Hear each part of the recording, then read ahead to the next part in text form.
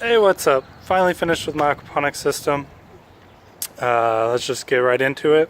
So, to show y'all what it is, I took two 55-gallon drums right here, cut them in half, make beds out of them, filled them with lava rock, red lava rock, just bought from Lowe's. I just connected them with their normal cap connectors, and then I just used PVC piping to connect the two. That way I only need one venturi drain per each of them. I am doing flood and drain beds. Let's see. I just built them like this. The venturi system drains off there. And I'm using those two sterilite totes as my sump tanks. So it's the exact same setup for these two. The drain's right here, and they just drain off. I tried plugging these two up.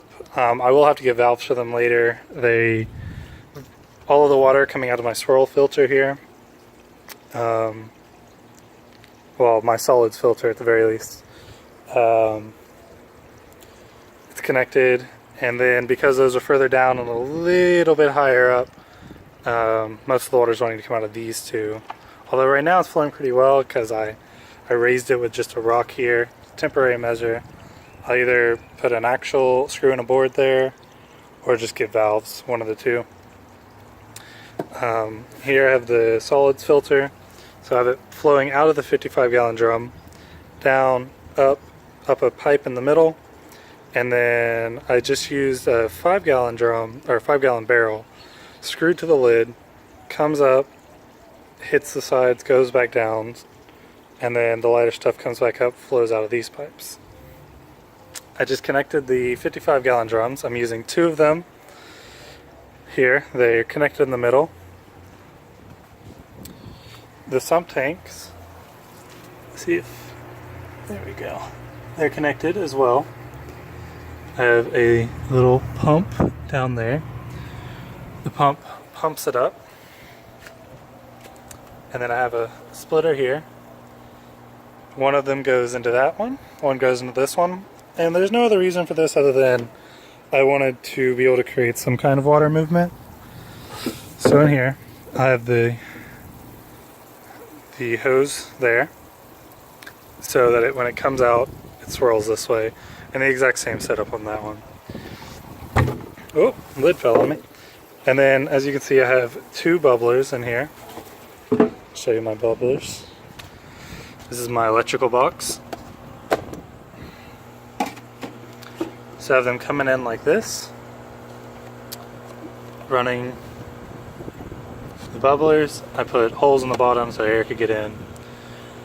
Yeah, it's a pretty simple setup. Each of these, I got them on Amazon. They're rated for 55 gallons each. So I'm like, perfect, 55-gallon drums.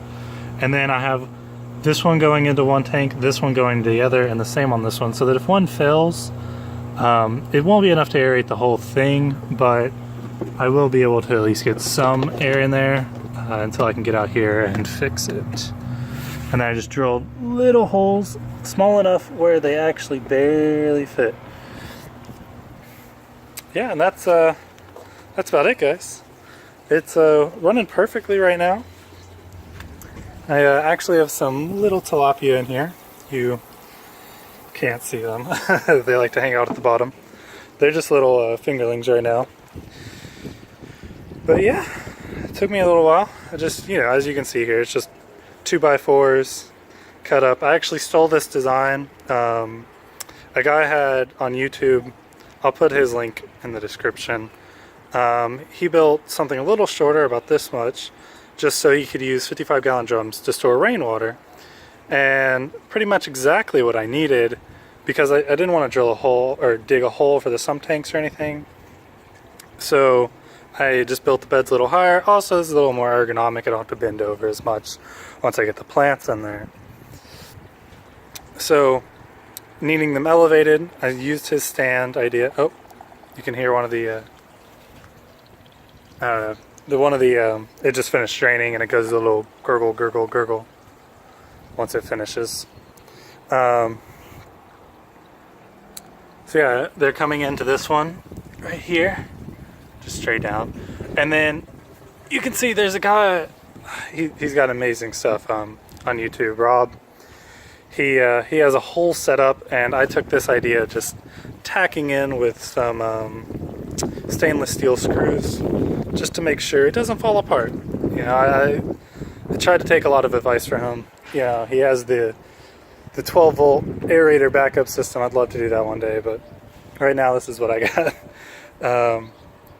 But yeah, so basically going back to before, took his system for the rainwater barrels. I just extended it a little further so that I could put my swirl filter on there. Yeah, and then actually I took this idea off of Google as well. Changed it a little bit. They didn't have the edges supported right here, and the barrel actually ends right before. So it would have only been supported by this middle one with their design, and I had already built it by the time I noticed it. So I just went ahead and tacked on a little piece of 2x4 right here on every one, just to help support that a little bit. Yeah, use silicone caulking right here, waterproof. I only have one, sorry, I got a little splinter there. I only have one leak, which is great, I think, for my first try. It's actually not even leaking anymore. Oh, the water level, I probably just drained the water levels below it. But it's a little pinhole leak out of here, and it's just like drip, drip, really slow. I'll get to it eventually. It's so slow that I'm honestly not even worried about it at the moment. But yeah, that's the entire system. There are upgrades I want to do, obviously. Like I said, I need to get valves for those. I have a hinge on this one. I don't have a hinge on that one. This is just held with 550 cord. I'd like to upgrade that later. There's a lot of things. Oh, didn't mention, the reason that I went with individual stands like this is because I will be moving eventually, pretty soon. And obviously if these were all connected just with one long thing, it would have been much easier to be able to just run a long 2x4 all the way down. Wouldn't have had to make so many cuts, so many cross supports. But as you can imagine, trying to move that much weight at one time would have been a lot of work unless you have like a whole team of guys. So this way, just me and a buddy can grab it from each side, pick it up, load it onto the trailer, and we'll be able to move it pretty easily. That's also the same reason I went with the tacking here with the screws, is so that when the time comes, I can just pull it apart and move it.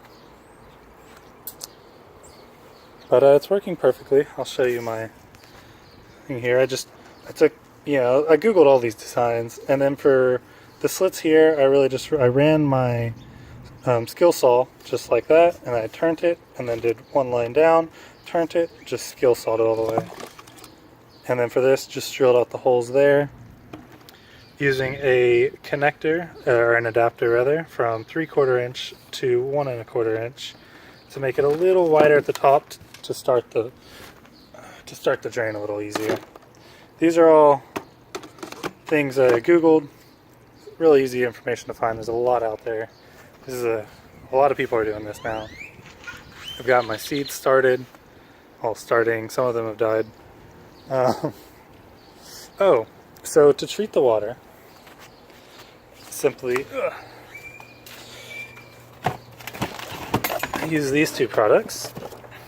First, Seachem Prime, and this removes chlorine from the water. So I use this and at first because it's all from the hose. So I filled it up, ran it a couple times, put this in there, the right amount. It's got the instructions on the back.